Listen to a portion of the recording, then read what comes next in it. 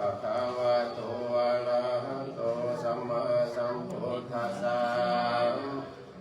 นะโมตัสสะภะคะวะโตอะระหะโตสัมมาสัมพุทธัสสะนะโมตัสสะภะคะวะโตอะระหะโตสัมมาสัมพุทธัสสะนะโมตัสสะภะคะวะโตอะระหะโตสัมมาสัมพุทธัสสะนะโมวายโยตุหังมัจจาปุจิอุปัฏฐาโวญะตา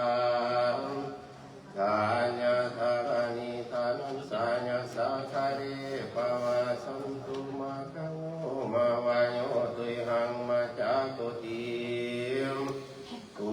ปัฏฐาโวญะธาสัตตนวัสสานิเวสันตารัสสะคะเรปวะสันตุติ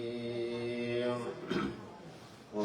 สัทธาโวดุลาสัพพุนิสัจเจ้าทั้งหลายจงตั้งใจทั้งยังจิตความมุนคาถาวาโกติอุปัฏฐาโวอันว่าความปีจังให้อันใดอันหนึ่งก็อย่าได้บังเกิดมีแก่ท่านเถิดโกติปาริทุกอันว่าเก่าของเครื่องบริโภคอันใดอันหนึ่งมาขายโยมาวายโยก็อย่าได้เสียงไปแก่ท่านเถิดทานยาธารณีอันว่าของแก้วข้าวเปลือกแก่ข้าวสารทั้งหลายก็จงตกลงมาในยามเพื่อนแห่งทันสยาเศรษฐีก็มีด้วยประการสันใดอันว่าของแก้วข้าวเปลือกแก่ข้าวสารทั้งหลายก็จงตกลงมาข้าดีในยามเพื่อนแห่งทานก็มีด้วยประการสันนั้นเถิดคือว่าความเสียงไปเมื่อไปแห่งวัตถุเข้าของเครื่องบริโภคก็ดีความมาปีจังให้อันใดอันหนึ่งก็ดีก็ยังไหลบังเกิดนี้แก่ท่านเถิดอีกประการหนึ่งก็จีปาริภูโคอันว่าวัตถุเข้าของเครื่องบริโภคอันใดอันหนึ่งก็ดีก็ยังไหลโบกไหลแห่งไปแก่ท่านเถิดถ้าทางเงินแด่คำทางหลายก็จงตกลงมาข้าดีในยาวเรือนของอุกตาเศรษฐีและอุปมาสันใดอันว่าเงินแด่คำทางหลายก็จงตกลงมาในยาวเรือนแห่งทานก็มีอุปมาสันนั่นแด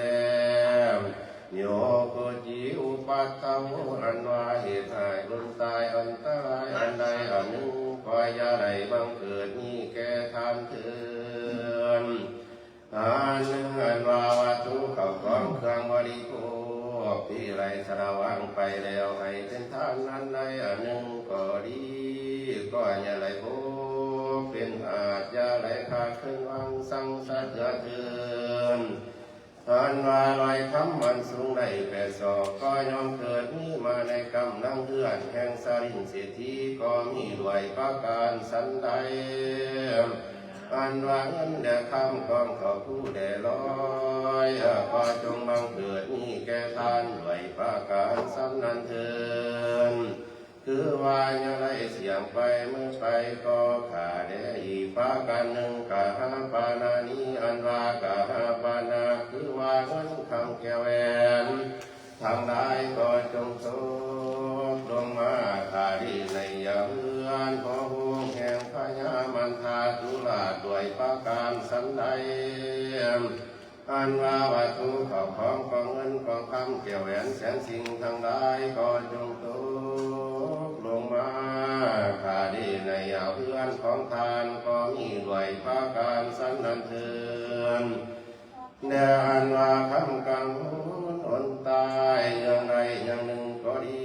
ก็อย่าไหลบังเกิดมีแก่ทานผมทั้งเขาของเครื่องบริโภคอันใดอันหนึ่งก็ดีขออย่าได้เสียงไปเมื่อไปแก่ท่านเถิดทรัพย์ทานานี้อันว่าทรัพย์สมบัติเขาของทั้งมวลก็จงตกลงมาในยามเรือนแห่งคุณกาเศรษฐีและมีด้วยประการสันใดอันว่าทรัพย์สมบัติเขาของทั้งมวลเหล่านั้นก็จงตกลงมาข้าดีในยามเรือนของทานด้วยประการสันนั้นเถิดขาดทั้งความกังวลตายเป็นตนว่าความบ่สบายเลือดเนื้อหอนใจเจ็บไว้ไข้ สูงสูงไม่มองใจและมองให้ต่างๆก็อย่าได้บังเกิดมีแก่มีแสงเรืองรวมแก้วมามีพงราศมีแก้วที่คิ้วมีคามาแก้วที่วราณาภาแก้วมุกลาน้ำสอยสดเงินคำสดจะได้ขอจงสูลงมาไล่สมมาลงมาไล่สมผลโตลงมาให้ได้หมดทุกคนอย่าราเต็มบ้านเต็มเรือนความทานจะมุ่งดาศรัทธาอันนี้เจ้าเพื่อนเป็นเขากับคำขออย่าให้พวกทานสุขเศร้าตัวงานให้เป็นใจสองสักเถื่อแล้วก็ขาดเดินเทศนาปาริโยสเนได้มาจบประสาธรรมเทศนาขอให้เจ้านาศรัทธาทั้งหลายจงได้ดังธรรมคำปรารถนาสมดังกามาแล้วแต่ผลดังนิติตังก็เสด็จมาละวันพันธนิกรเดชสาธุสาธุสาธุสาธุโกธามิ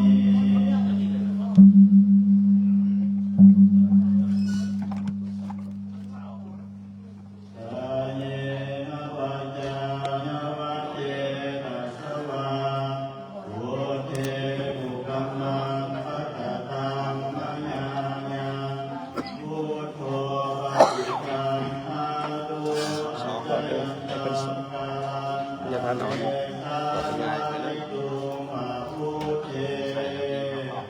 ไปแล้ว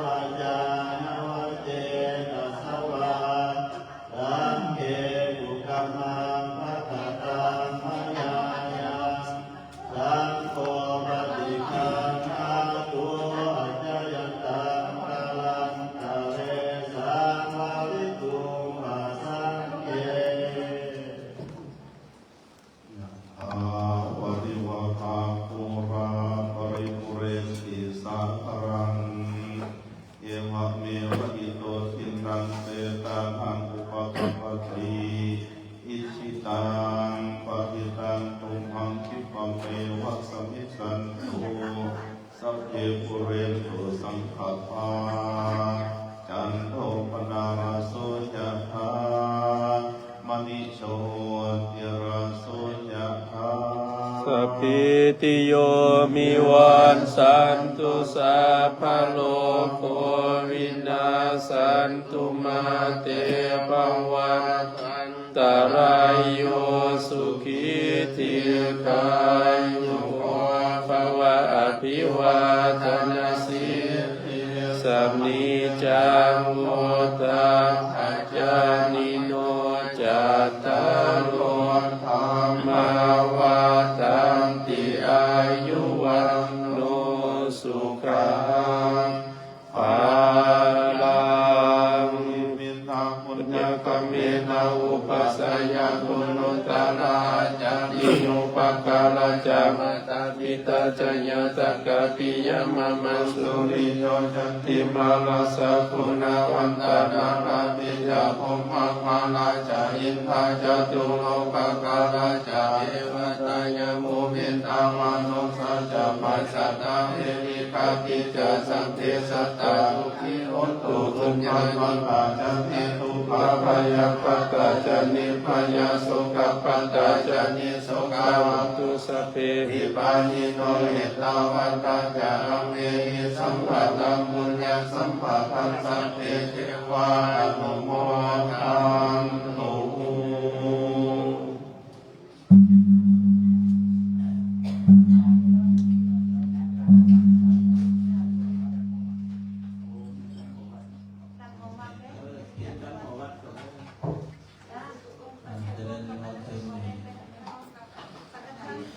เ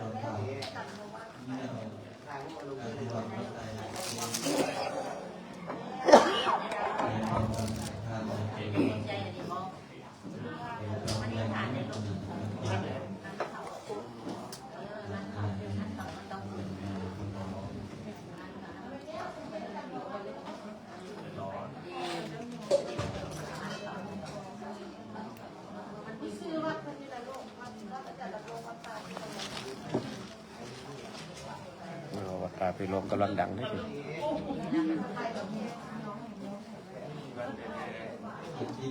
อ่านซื้อรถพอยมพออ่านซื้อรถนนกิลิกพี่องค์เทศมาขโยนึงนี่โต๊กลงมานี่ในศพคำเบาดังๆนี่มัน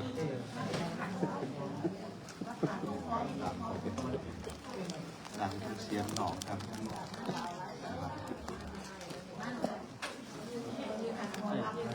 มาเลยมาตัดใส่ตานมีไส้เพื่อนตานมีไส้องค์คึมปัดปลาพิระวงองค์จอยอ้วกนี่นะปัดปลาโลองค์อ้วกลุยวัดปลาย่างปัดปลาย่างนี่ปลาย่างปลาย่างวัดโพธิ์ทองโพนทองบนโพนทองจับไม้เบิดโพนทองน้องกำแสนคนทองน้องกำแสนวัดสีมงคลพูดสีมงคลมันองค์ที่สามองค์ที่สามสีมงคลน่ะองค์ที่แต่งประดางามนั่นแหละ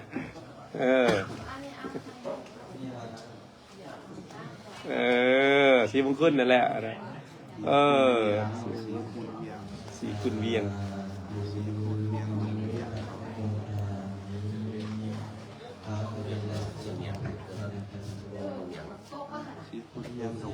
สีคุณเวียงนี่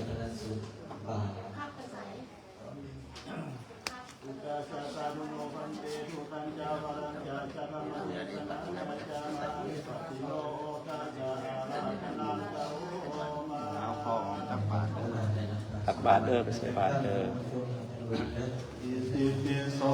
ภะคะวะ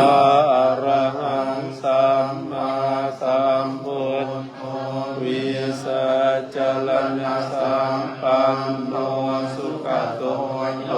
กวิทูอนุตตโรปุริสธัมมัสสะปฏิสัทธาเท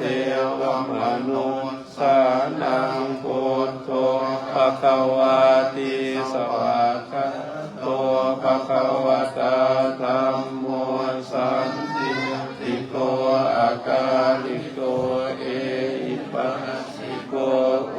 ปัญญิโกปัญจตังเอติตาโพวินโยอิติสุปฏิปันโนภะคะวะโตสาวกสังโฆอุสุปฏิปันโนภะคะวะโตสาวกสังโฆยะปฏิปันโนภะคะวะโตสาวกสังโฆยามิจิปฏิปันโนภะคะวะโตสาวกสังโฆยะติตังจะทัตตานิปุริสายุคาริอัตตาปุริสาโอคาลาเอสะภะคะวะโตภะคะสังโฆอาหุเนยโยภาหุเนยโยทากินเนยโยอันสติกาลนิโย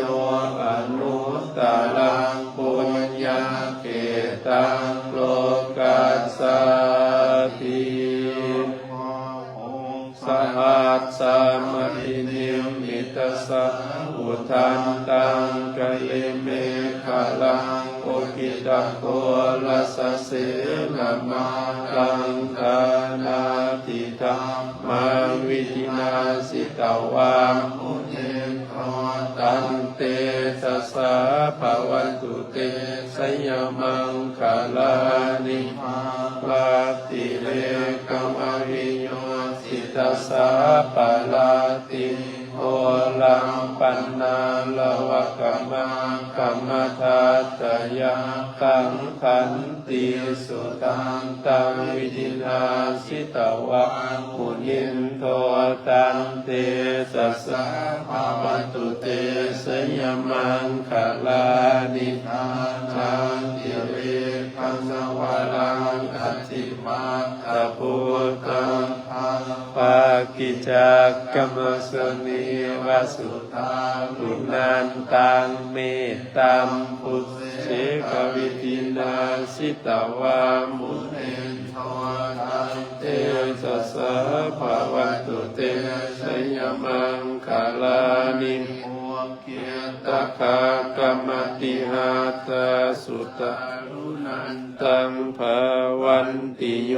สนปตังปุริมาภวันตังอิติปิสังกัตตมโน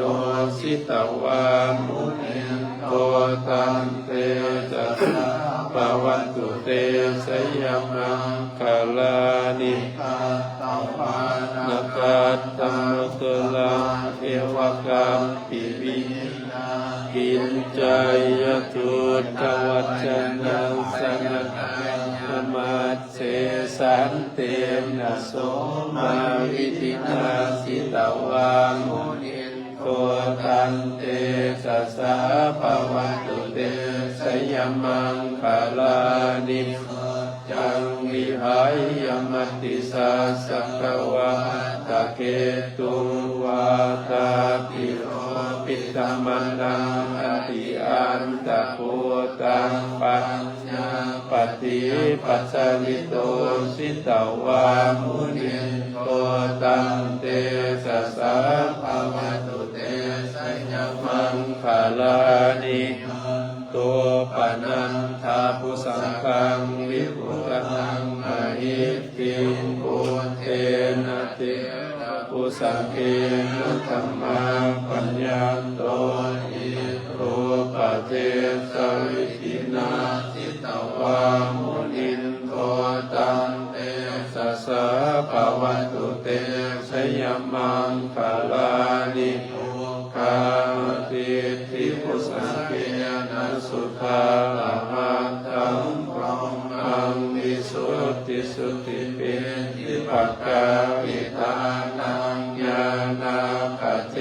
นะวิธินาสิตวามุนินโตตันเตตัสสะภะวันตุเตสยมังคาลานิเอตาปิโอตาสยมังคาลากัตถโยวัจจโนทินาทิเนสลเตมตันติตวานเมกาลิตานิจุปังภวานิโมขังสุขังอธิกัมมัยนโลสัพพัญโย